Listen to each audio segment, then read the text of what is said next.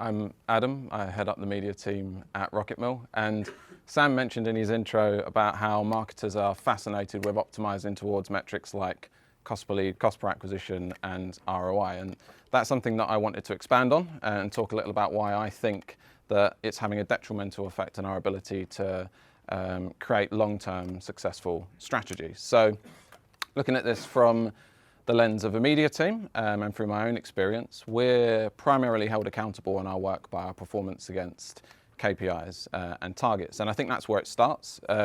Ultimately, targets affect the behaviour of everyone working towards that target and working on those campaigns. So it's crucial that we're focused on the right things. And pretty much all of our clients benchmark us on metrics like ROI and CPA, something that allows us to understand, ultimately, if I spent X, what did I get back? And when we dashboard and we report on our performance, we use those metrics to understand how good a job we're doing. And on top of that, we're looking at very short time periods. So we're looking at week on week, we're looking at last month, and that's probably because of the reporting cycles in businesses, but we want to know what's happening right now and plan ultimately our next move. We want to know if we're above or below target, and if we're below target, what are we doing to make sure that we hit it? And I think that's typical for all marketing teams, whether we're in-house or at an agency.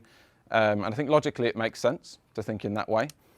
Businesses need to be efficient with their marketing spend and budget and make sure it's working as hard as it can be. But I think metrics like ROI as a target and continuous reporting on short-term time periods mean that we're putting all of the focus and energy on efficiency. We start viewing things that aren't sort of meeting that target as wasted budget. And when we review performance, I think we're tempted to turn off things that aren't quite hitting our targets. So let's look at an example. Let's say we are analysing 6 different campaigns. Doesn't really matter what they are, but we've got an ROI target of 180%, let's say, and the ROI of all of those campaigns together is 163%, so we are below target. So probably what we'd do first is we'd look at the high-performing campaigns, and we'd say, can we put more budget into those? Can we capitalise on that? But let's say that those campaigns are well optimised, and ultimately we're pushing as much as we can there. So we turn our attention to the lower-performing campaigns. Ultimately, if we turn those campaigns off, we've now hit our target. Our ROI is now 197%. So we've done our job, right? Well, I think it depends on what we're trying to achieve. Yes, we've maybe become more efficient, but we've lost reach, we've lost volume, we've lost customers, and ultimately long-term, we've probably lost profit as well. Ultimately, advertising spend's an investment, and yes, of course, we need to make sure that we're investing wisely, but we also need to remember that reducing investment is likely to always result in the same outcome, so lower sales, lower volume, and ultimately less profit. And improving ROI is only valuable if we don't lose volume. And this is where I think we've spent too much time focusing in recent years, trying to attribute the value of every penny spent, and we've lost our focus on growth. And if we optimize to the nth degree, and focus on the wrong numbers, focusing on efficiency rather than growth, we're missing the big picture, I feel. So as marketers, I think we need to ask ourselves, what is performance? Is it hitting a super effective ROI target, or is it investing in a long-term strategy that sees us grow our customer base and ultimately build our brands? Basically, are we working towards the right targets, and are we promoting the right behaviour? Personally, I think if we're going to obsess over anything, I think we should be obsessing over growth. If we're not growing our customer base, then ultimately I think we're going backwards, and there's a compounding factor that makes that ever more important to address. Sam mentioned, when digital started, that digital was a very cheap media. The cost of digital media is rising. Adobe released a digital trend study each year that recently showed the cost of digital media is rising at 5 times the rate of inflation. So it's slowly costing more for us to pay for that click, to pay for that impression, meaning our profit margins being slowly eroded by increasing costs.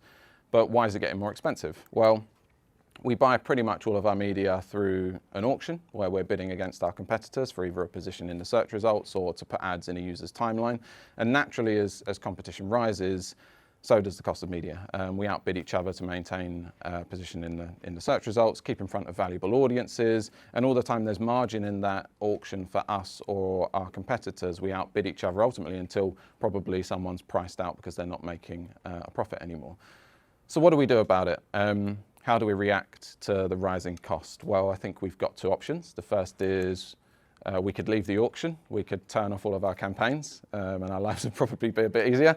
But before Google kicked me out of here for saying we should turn off all of our spend with them, we're obviously not going to do that. We've just made it, if we do that, ultimately we've just made it cheaper for our competitors, and now they're not even, we're not even part of the conversation, ultimately. So the only other option is for us to create a competitive advantage. So we need to look at ways of building for the long term so that we don't have to fight it out in the auction for every sale. And part of the problem, as I see it, is that we spend much of our time, energy and marketing budget at the bottom of the funnel, targeting users we've identified as ready to buy or in market. And as Payal said earlier, we've got so much data nowadays on users, and we're able to predict with greater accuracy when we think someone's about to convert. So focusing on users at the bottom of the funnel that are showing real intent sounds like a great tactic. But let's look at a quick example. And I've, funnily enough, used purchasing a holiday as well, so did Payal earlier. We didn't plan that, but let's think about the steps ultimately of sort of booking a holiday. You might start super broad, asking a question, where's good to go this time of year? I did this the other week. Turns out Croatia is a good place to go at this time of year if anyone's planning a holiday.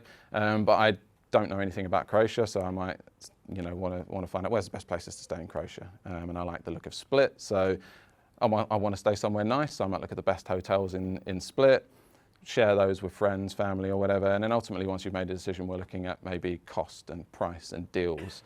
And then we find something we like and we convert.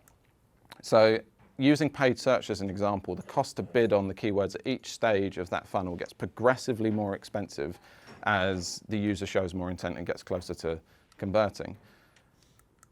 So it's tempting for us to try and put all of our budget into the end of that journey and to try and interact with users just before they're ready to buy. But ultimately, if we do that, we're going in cold. Like they might not have ever heard of our brand before. They might never have been to our website. So trying to convince them to purchase from us in one interaction is kind of a big ask. So if we place all of our budget there and we try and max out there, then we're fighting in the most competitive space with the highest costs. What I feel we need to do is start using our marketing budget to reach users higher in the funnel, earlier in the purchase journey, where costs are cheaper ultimately. And if we can provide value and deliver a great experience, we can stop those users going back to the auction ultimately to do their research. So instead, they come back to our site directly, or maybe via a brand search. Suddenly, they're no longer in the auction, we've changed their behaviour, and our costs have dropped because we're operating in a less competitive space. Now, that only works if we provide a good experience. If they come to our site to answer their questions or to interact with us as a brand and they have a crap experience, then they're not coming back. So the experience is super important. But to bring this back to the points I was making earlier about reporting and targets and the way that we look at performance, these tactics only work if we report on them in the right way. So if we're using last click attribution model, for example, which has been the default for many years and still lots of people are using, the interactions earlier in the journey do not look profitable. Ultimately, all of the credit for that conversion goes to the last interaction which might be organic, it might be direct, and ultimately tactics like this get turned off because they look like they're not making a profit. So let's assume we've won and we've got new customers. Once that user's purchased our product or our service, we need to put all of our efforts into retaining that customer. We need to be selfish and ultimately stop them going back to the auction where we need to fight it out with competitors again. If we're effective in this space and increase the lifetime value of our customers, we start to become less reliant on the endless pursuit of new customers at the lowest cost. And to give an example of where I've seen this done really well out in the wild, this is a graph that shows the number of searches for parking at UK airports over the last couple of years, I think starting at 2017 going up until last week.